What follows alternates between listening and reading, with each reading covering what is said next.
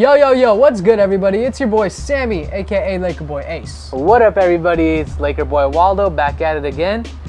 Today we're gonna talk about free agents. All free agents, everything about them. So what better way to start it out than by talking about the free agent players that we would love to sign, but we just can't.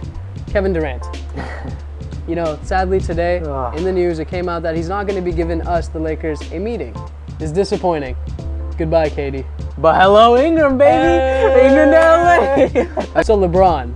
Yeah, I mean, I don't need to explain it. The Cavs just won a championship. He's gonna try to go back-to-back. See how that goes for him. That's that. And then we have the restricted free agents, players who we would absolutely love to have on the Lakers, but unfortunately will probably get maxed out by their respective teams.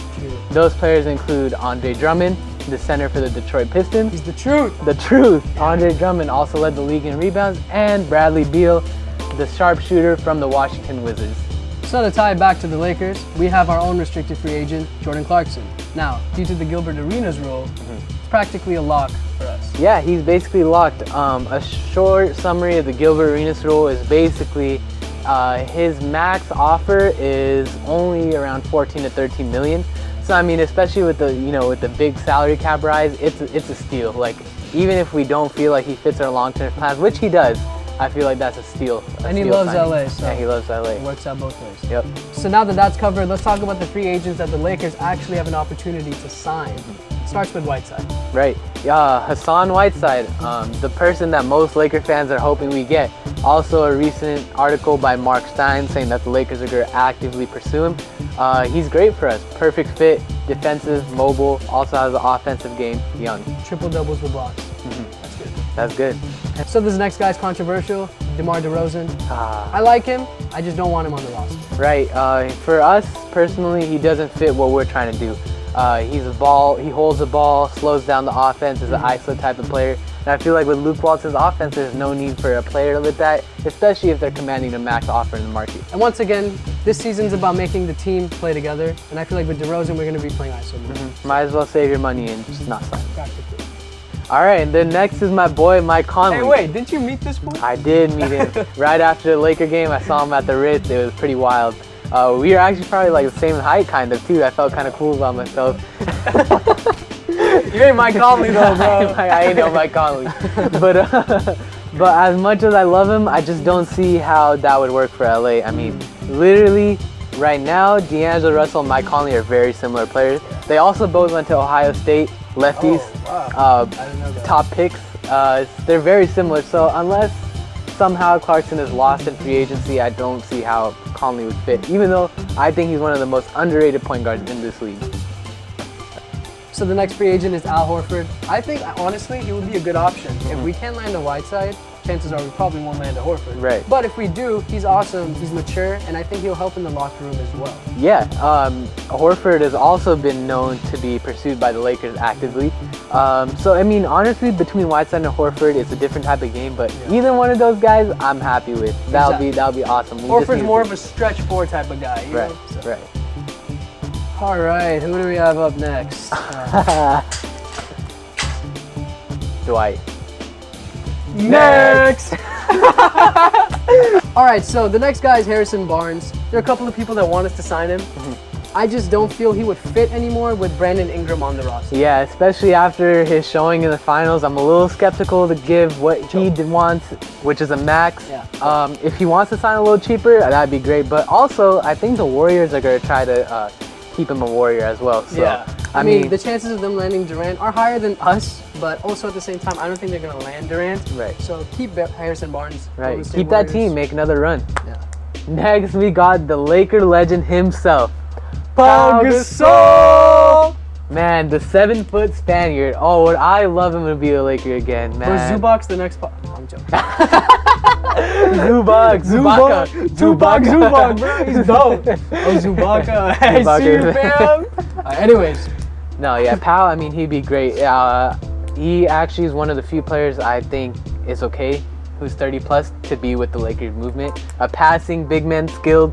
It's not even a strong big man game anymore. It fits Pau in his young age, especially. And he can help relate to the youngins because he was also a Laker. Right, back in the day. right. And he'd be perfect. He'd be a back to the basket center. who could perfectly pass, run with the youngins. It'll be great. Is Meta resigning? He might be. He might be. So that's cool. If he is, then Pau Gasol. We're bringing the band back together, except they're all old now. Next we have Chandler Parsons. I noticed a lot of people were talking about him in the thread. To me, I don't feel like Chandler Parsons is worth what he's commanding, which is towards the upper level of a max. But he is a great small forward. He does everything. He's kind of like a knockoff Batum to me. But for us, I don't think we should pursue him. But I mean, if the Lakers want to do it, it'll be something very interesting to see. And he's the Mavericks' main guy, right? He is one of the Mavericks' main guys. Yep. Yeah, so Cuban got a hold on him. Cuban got a hold. So the next guy is Nicholas Batum. My boy Batum. This guy loves it. You want him as 6-man, right? Oh, that'd be a dream come true, man. That would be really ideal. That'd be a dream. But the truth is, don't want a lot of money. And as you've said multiple times, he seems pretty committed to Charlotte and what they're doing over there. So best of luck, boy. So we were about to actually end the video, but due to a fellow YouTube commenter on our page, Jose Rodriguez, shout out to Jose, we actually are going to do the second unit free agent players that we want to sign or shouldn't sign. Or it could be the players that you were like, wow, he's going to take a 6-man role, similar to how Antoine Jameson took it in those Dwight Howard, Steve Nash years. It was a pretty big shock for him to take the minimum or a much smaller contract. So these are these types of players. So practically the bench riders, ride or dies. So let's get to it. So the first person we have on this list is Ryan Anderson. Great offensive player, averaged like 17 and 5 on the Pelicans. Has a 3-point shot of Steph Curry and a big man. He's great, but honestly for us, I don't see how it works. He's going to command a pretty big deal this year. And also he doesn't bring in that much defense, which is what we need more of anyways. So I don't see how that's going to work.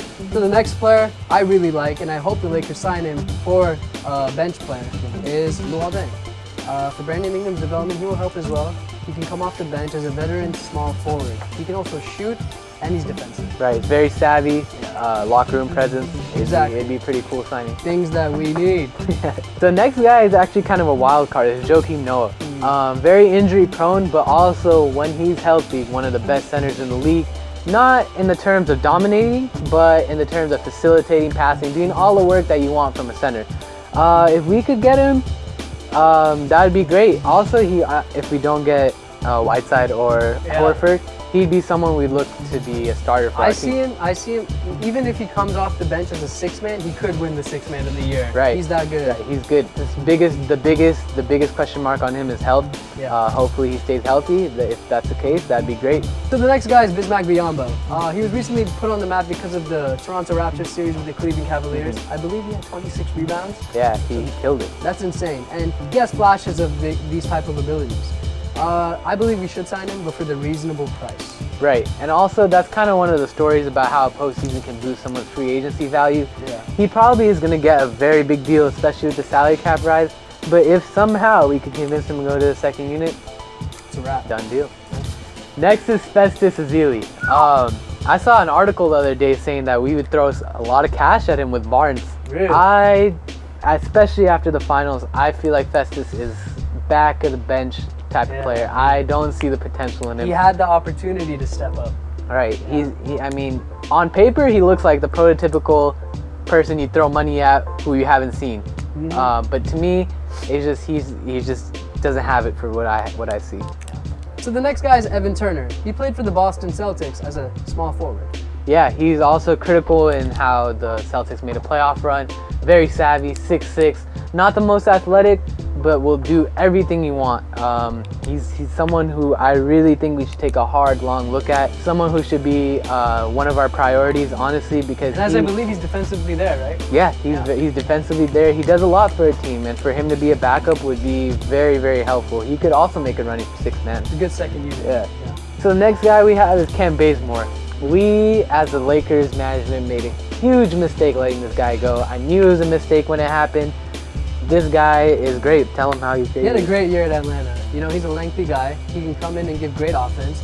And I think if he's riding in the second unit, that can really boost our potential. Right, and he's someone who, if someone gets injured in the starting lineup, slide him right in. You won't even be able to tell the difference. So these guys are the more under the radar type of findings, and they can help boost up our roster. Right, one of the mistakes the Lakers have done the past few years is they've gone for the big guns. They've gone all in, and they lost out on these type of players who could have really helped. So I mean, we'll start off with Evan Fournier. He had a great year in Orlando, 3-point shooter, kind of like I would say an international JJ Redick, not all there yet, but he is a very, very savvy player. He could also defend. That's a great 3-and-D player that we could look at. All right, so the next guy is Timothy Mozgov. I really like this guy because he has length. He'll just be able to protect the rim. He's a guy that'll come off the bench. He doesn't have to be a starter. And he has a championship experience, obviously, based off of the Cavaliers. That's pretty solid. That's pretty solid. So talking about backup centers, this guy isn't well liked around the league. A lot of my friends don't like him for some reason. It's ZAZA Pachulia. He may not be liked, but he is consistent. Almost averaged a double-double, 10 and 10 in Dallas. He'd be great to back us up.